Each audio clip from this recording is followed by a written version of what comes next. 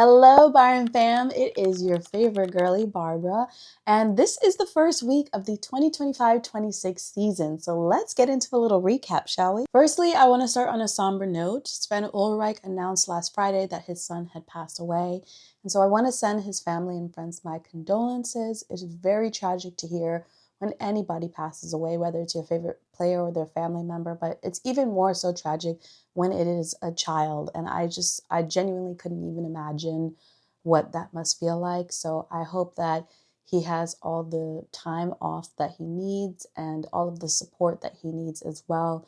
I'm definitely sending my love, and I hope that you guys send him love as well. This weekend was also his birthday on Sunday, and so I'm sure that that was difficult for him as well. So I hope that you guys can go over to his Instagram or any other pages and just send him a message of love because he definitely deserves it. And while we're on the subject, I hope that I can urge you guys this season to be kind. These players have things going on in their personal lives, and we have no idea what life is like for them off of the field.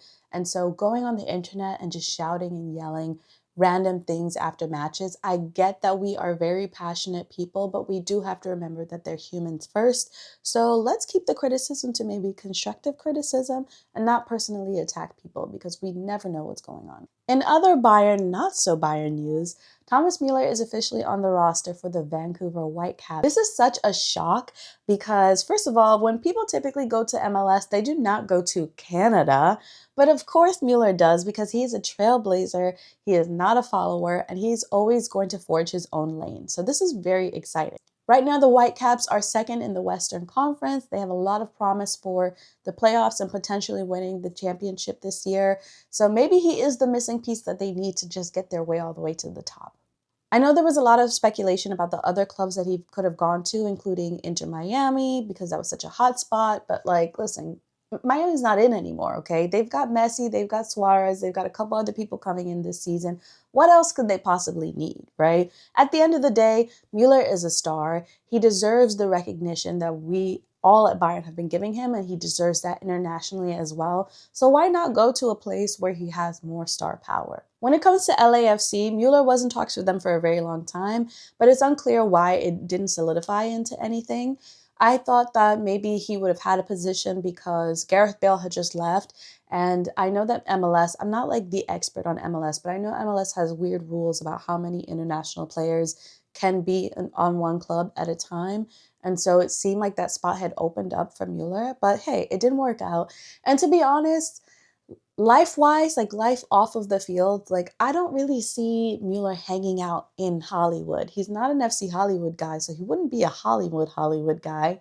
I don't see him sitting in traffic for 2 hours a day on the 405.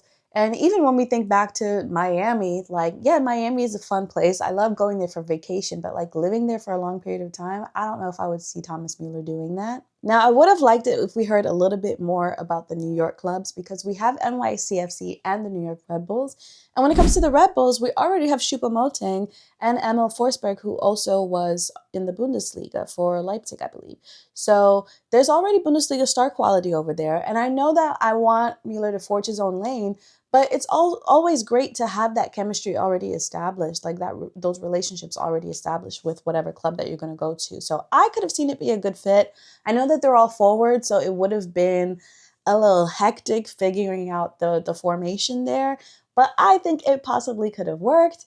Right now, New York is kind of like in the middle of the table in their conference. So would that be the best place for Müller to go when we know that he's such a star? I don't know. Would it have been a challenge? Yes. Do I think that he could have given New York a little bit more oomph so that they can reach their way up to the top? Absolutely. I never put anything past Müller. Okay, so I briefly want to talk about Cincinnati because I don't understand why they had a hand in this thing at all.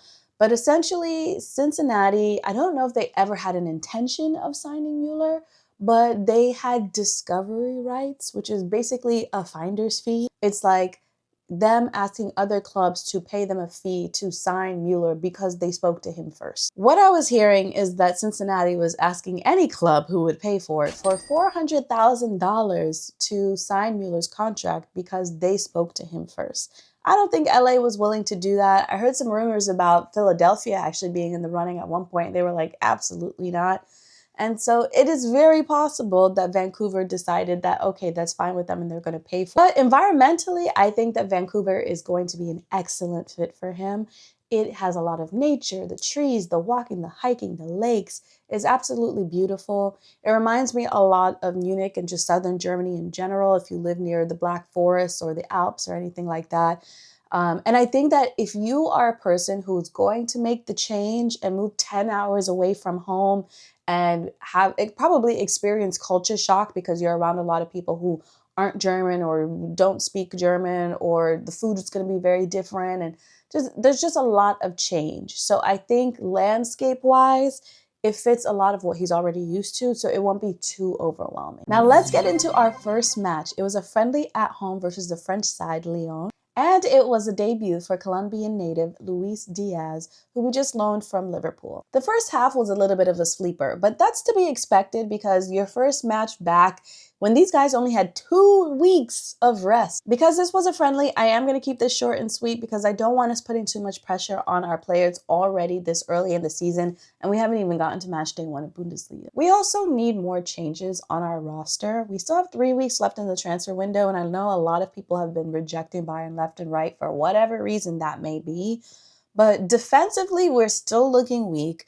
We look slow, if I'm being honest. We need more speed, and we also need to read the room a lot quicker when it comes to counterattacks, because people are just kind of relying on Neuer to like, oh, you know what, he's over there, he got this, I'm gonna just take my time and run over there.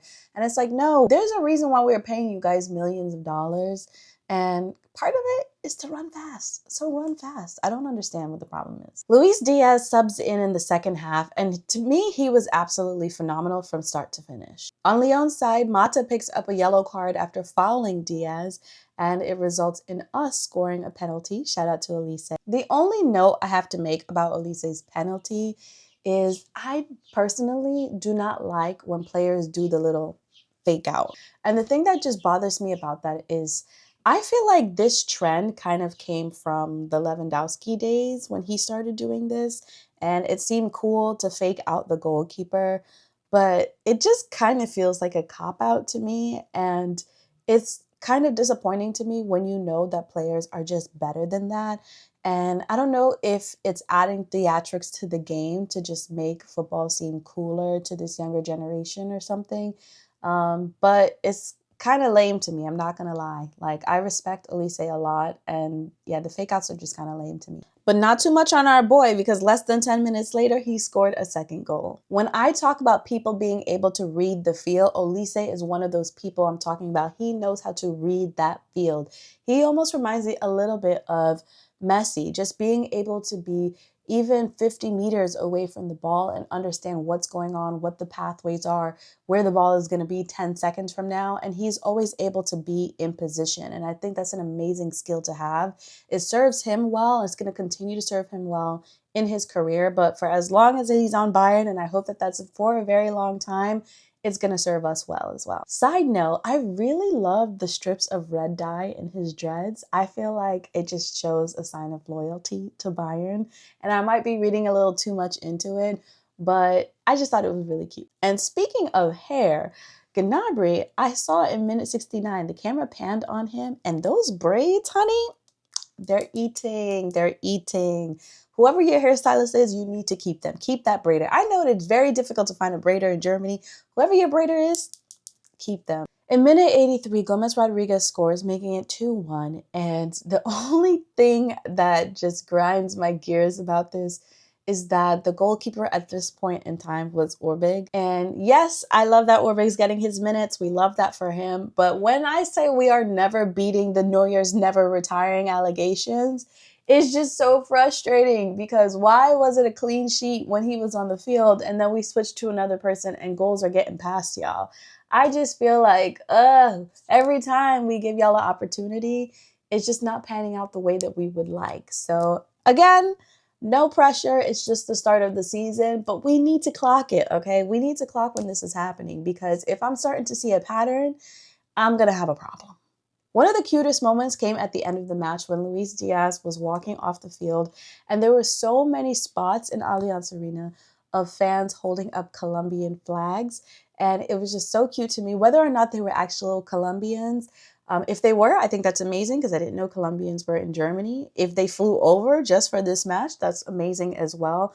But if they were just Germans who bought Colombian flags and brought them to the stands, I just think that that's extra special because it just shows how much Bayern fans are just amazing people and they're willing to support you no matter where it is that you come from, which is why I'm an American who supports this team. Hello. Let's talk about the new merch that has come out this week. We finally have our third kit, the UCL jerseys, and Exhibit A, I love. Okay, we've been complaining about these shirts for a really long time, particularly the home kits. I feel like the third ones always look pretty good. But this one is cute. It's giving Pan-Africa, and I'm down for it. I also love that the women's one finally is cropped. Girls, we have a crop top, okay? Let's celebrate. I actually cropped a training shirt that I bought years ago, and I cropped it and wore it to, I cropped it, bedazzled it, the whole nine when I went to the game in Miami this summer. And I remember thinking like, oh, I love this style and I want to do it again, but I don't want to crop my actual shirts that I paid so much money for. So why can't they already come cropped?